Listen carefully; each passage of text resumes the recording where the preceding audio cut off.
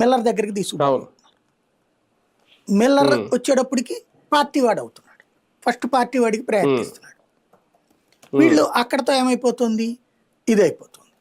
అక్కడ వీళ్ళు ఏం చేస్తారు, ఇప్పుడు అక్కడికి వెళ్ళి వాడి చుట్టూ తిరిగి ఈ పెంట అంతా ఎందుకు, ఓ బస్తాకు 300-400 పోతే పోయింది. బ్రోకరు ఎవరి బ్రోకరు, అధికార పక్షానికి లింక్ అయినోడు. వీళ్ళు తీసుకున్నాక వీళ్ళ దగ్గరకు ఉంటుంది ప్రభుత్వం, వీళ్ళ దగ్గరకు ఉంటుంది.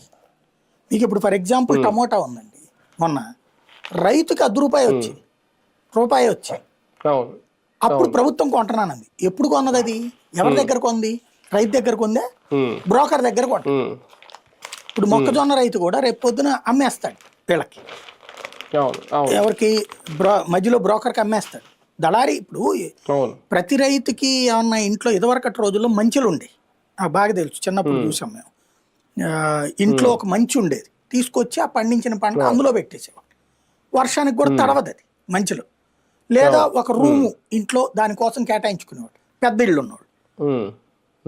ఇప్పుడు అట్లా లేదు అసలు గ్రామీణ ప్రాంతాల్లో. అయితే కోల్డ్ స్టోరేజ్లో పెట్టాలి, లేకపోతే రోడ్డును పోసుకోవాలి.